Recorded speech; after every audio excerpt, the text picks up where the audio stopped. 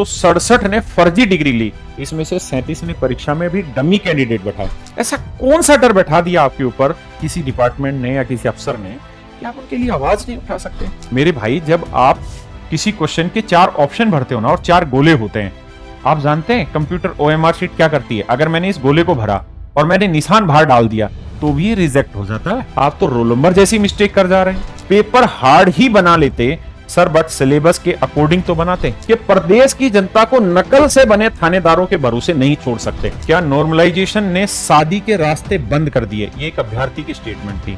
इसका जवाब देते हुए जो राजस्थान कर्मचारी चयन आयोग के अध्यक्ष, उन्होंने लिखा भोलेनाथ में आस्था रखो, हो जाएगी शादी। 2013 की जो वैकेंसी थी उनमें भी ये काम है। ऐसा नहीं है कि केवल एक सरकार बदनाम है, इस हमाम में सब नंगे सारे के सारे। और जानते हैं ये कॉलम थे रोल नंबर भरने के, ठीक है जी।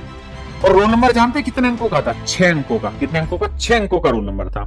कॉलम दे रखे थे यहाँ 5। भाई साहब यहाँ हंगामा हो गया, बच्चे कर रहे हैं क्या, करें क्या? मेरे दोस्तों, आप सभी को नमस्कार। मैं राकेश यादव इस वीडियो में आप सभी का स्वागत करता हूं। लेकिन स्वागत करूं कैसे, जब रोज अखबार पढ़ता हूं तो अपने आप पे शर्म आने लगती है कि हम जिन बच्चों को पढ़ा रहे हैं उन बच्चों का जो भविष्य है वही अंधकार में लटका हुआ है।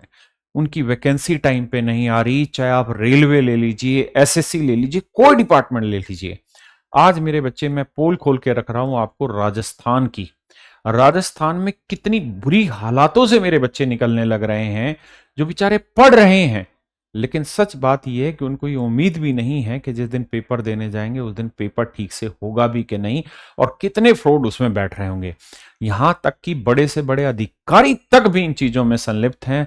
तो आइए मेरे बच्चे, आप सभी का स्वागत है इस वीडियो में। मेरे दोस्तों देखिए, PTI भर्ती 2022 की है। SOG ने नामजद आरोपियों पर FIR दर्ज की। 167 ने फर्जी डिग्री ली, इसमें से 37 ने परीक्षा में भी डमी कैंडिडेट बैठाए। मतलब डिग्री फर्जी, ऊपर से जो कैंडिडेट बैठाए पेपर देने के लिए वो फर्जी बैठे। यहां आप देखेंगे 167 में 37 सभी JS यूनिवर्सिटी सिकोहाबाद UP से डिग्री खरीद कर लाए थे। अब देखिए, सारे के सारे एक ही जगह से डिग्री खरीद कर लाए थे। मतलब ये लोग डिग्री भी खरीद के ला रहे हैं, ये डमी कैंडिडेट भी बैठा रहे हैं और ये सिलेक्शन भी लेकर चले जा रहे हैं। और ये अखबार में जिन्होंने डुप्लीकेट डिग्री बनाई थी उनके नाम आ रखे। अब देखिए मेरे बच्चे, चित्तौड़गढ़ कृषि मंत्री किरोड़ी का मेवाड़ यूनिवर्सिटी पर छापा, किया खुलासा। कॉमर्स छात्र को सीधे परीक्षा दिलाकर 1 साल का कृषि डिप्लोमा एक ही दिन में करा दिया। अब आप खुद सोचिए, मतलब पूरे साल कुछ नहीं, केवल एक दिन एग्जाम कराया और उसी दिन उनको डिप्लोमा दिला दिया। ये सारी चीजें आपको यहां दिखाई दे रही होंगी। और पैसे कितने लिए जा रहे हैं दलाल द्वारा? 50,000 रुपए लेकर कॉमर्स छात्र को बिना प्रवेश, बिना पूरी प्रक्रिया के 1 साल का कृषि डिप्लोमा एक ही दिन में दे रहे हैं। अब मेरे बच्चे, इस खबर को पढ़िए। लाइब्रेरियन ग्रेड 3 पदों की परीक्षा कल 15,699 अभ्यर्थी बैठेंगे। अब इसमें भी बहुत बड़ा कांड हो गया, उस कांड के बारे में बताऊंगा, लेकिन उससे पहले समझिए, यहां पे बात को समझिए। 83,273 अभ्यर्थी थे जिन्होंने आवेदन किया था। तो जो राजस्थान कर्मचारी चयन बोर्ड है, जिसके अध्यक्ष हैं आलोक राज साहब, इन्होंने एक अनाउंसमेंट की, एक नोटिस डाला कि भैया जिन जिन बच्चों की फर्जी डिग्रियां हैं वो चाहें तो अभी हम आपको ऑप्शन अवेलेबल करा रहे हैं और आप चाहें तो अपने फॉर्म वापसी कर सकते हैं। जानते कितने बच्चों ने वापसी कर दिए? 3,000 से ज्यादा आवेदकों ने फॉर्म ही वापस ले लिए। उनको पता था कि डिग्रियां वापस हैं। लेकिन सरकार का कमाल देखिए कि 3,000 बच्चों ने फॉर्म वापस ले लिए, लेकिन राजस्थान सरकार ने इन पे कोई कार्रवाई नहीं की।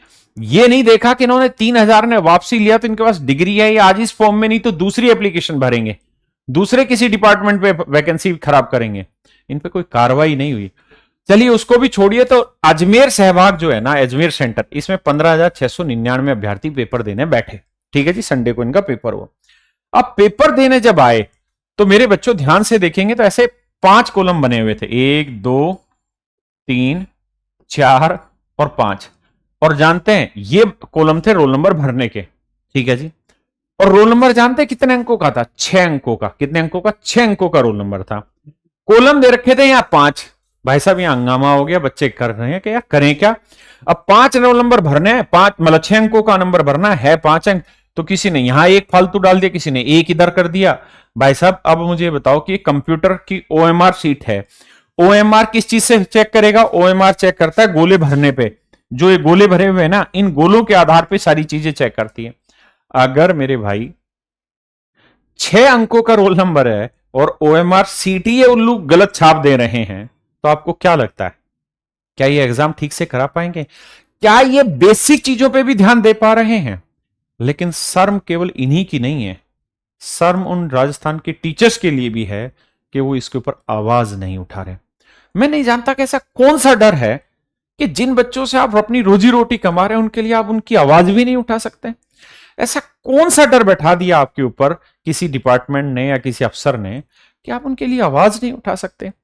अगर आप आवाज नहीं उठाएंगे तो आवाज कौन उठाएगा? आपका काम क्या है? इन बच्चों से मोटी मोटी फीस लेना, इनको पढ़ाना और बाद में इन्हीं की सीटें बिकवा देना। बहुत सारी कोचिंग संचालकों के भी नाम आए, मैं अखबारों में दिखाता हूं। राजस्थान में हो क्या रहा है ये? हनुमान सिंह बेनीवाल जी कितने दिनों से प्रदर्शन पे बैठे हुए हैं, कोई कार्रवाई नहीं, कोई टीचर नहीं गया, ना वो किसी ने उनकी सपोर्ट में वीडियो बनाई है। यार हद है भाई, राजस्थान में टीचरों को शर्म आनी चाहिए अगर कोई आवाज नहीं उठा रहा है तो।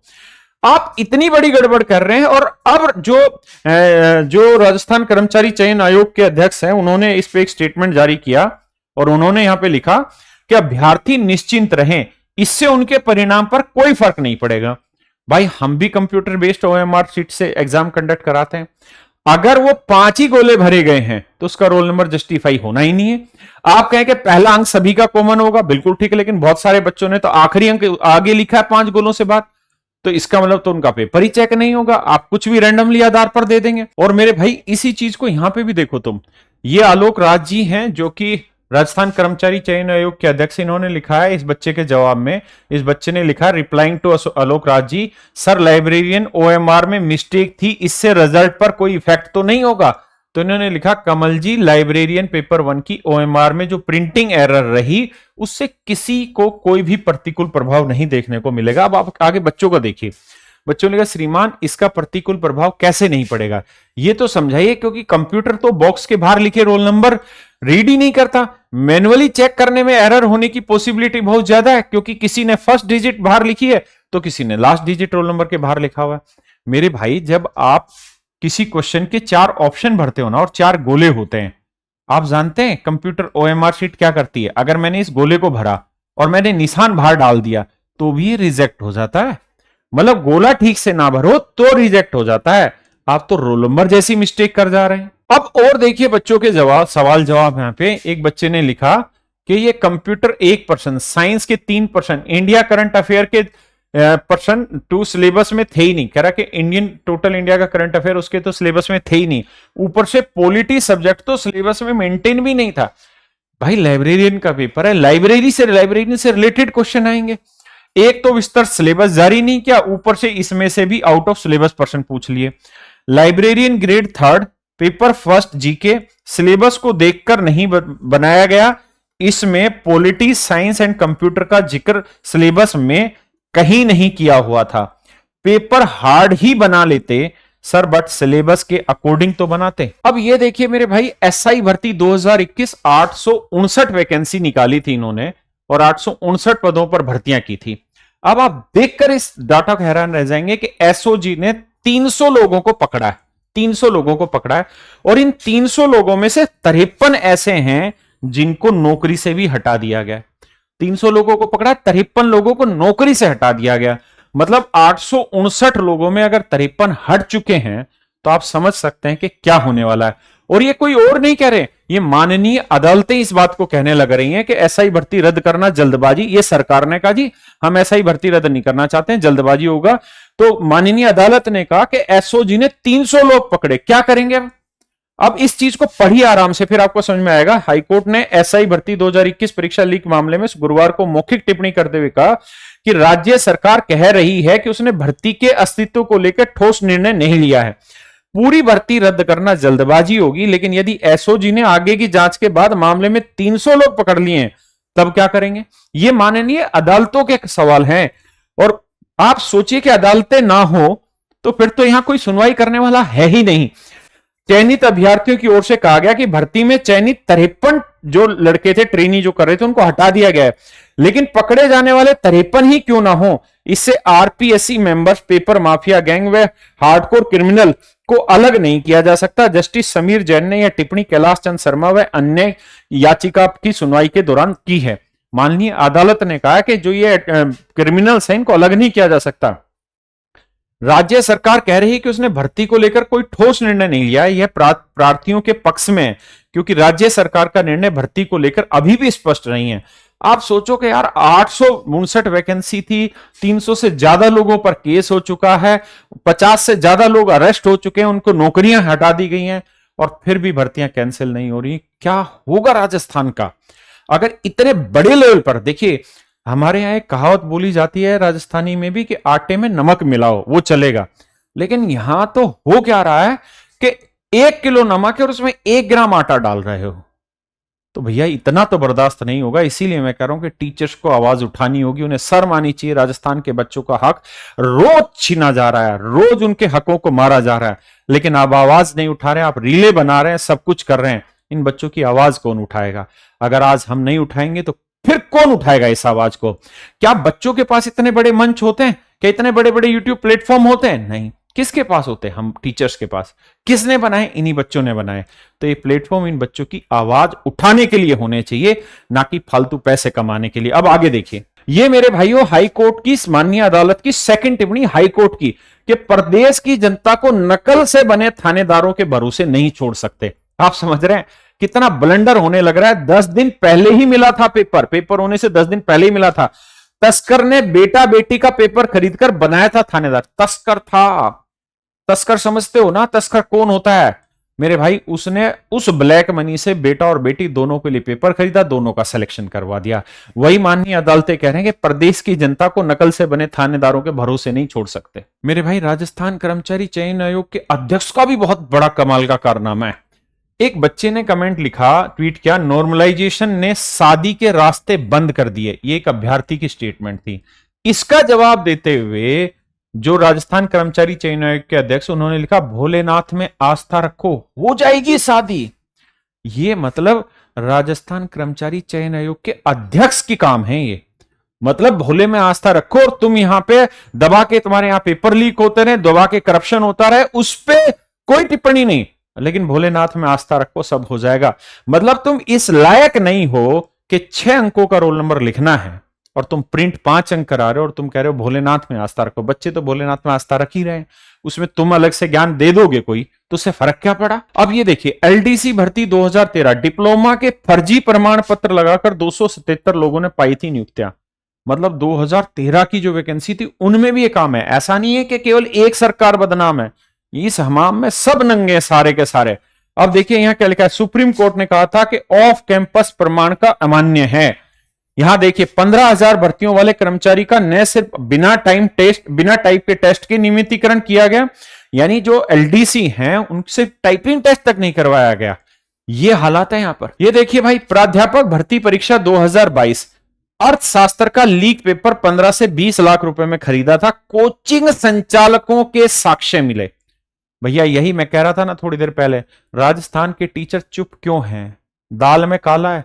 कुछ ही ईमानदार टीचर हैं जो आवाज उठा रहे हैं, जो बेईमान और भ्रष्ट हैं कोचिंग संचालक वो आवाज नहीं उठा रहे। दाल ही पूरी काली हो चुकी है इनकी। कोचिंग संचालकों के साक्ष्य मिले, पूछताछ में और खुलासे होंगे। और किसी भाई को लग सकता है कि हम अपनी तरफ से नहीं, ये दैनिक भास्कर की रिपोर्ट है और 14/7/2025 की ये कहानी है। मेरे भाई एक एक चीज जो यहां आपको बताई जा रही है वो सारी अखबार की कटिंग है।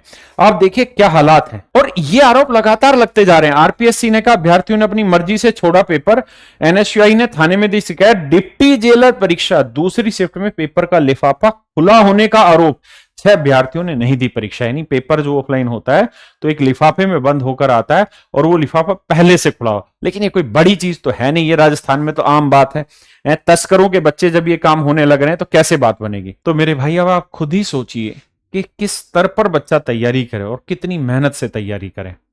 दूध बेचकर बच्चे कोचिंगों की फीस देने लग रहे हैं, लेकिन बच्चों को क्या मिल रहा है? निराशा। और कोई आवाज उठा रहा है उनके लिए? नहीं उठा रहे।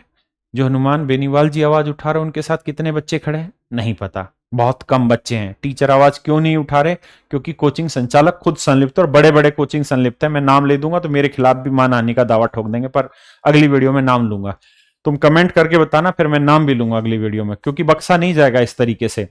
भैया अगर 2 मछलियां भी गलत हैं तो पूरे तालाब को गंदा नहीं होने देंगे, ध्यान रख लेना। मेरे प्यारे बच्चों, कैरियर राजस्थान के बच्चों की तैयारी के लिए पूरी जी जान से जुटा हुआ है। हम आपकी हर आवाज को बुलंद करना चाहते हैं।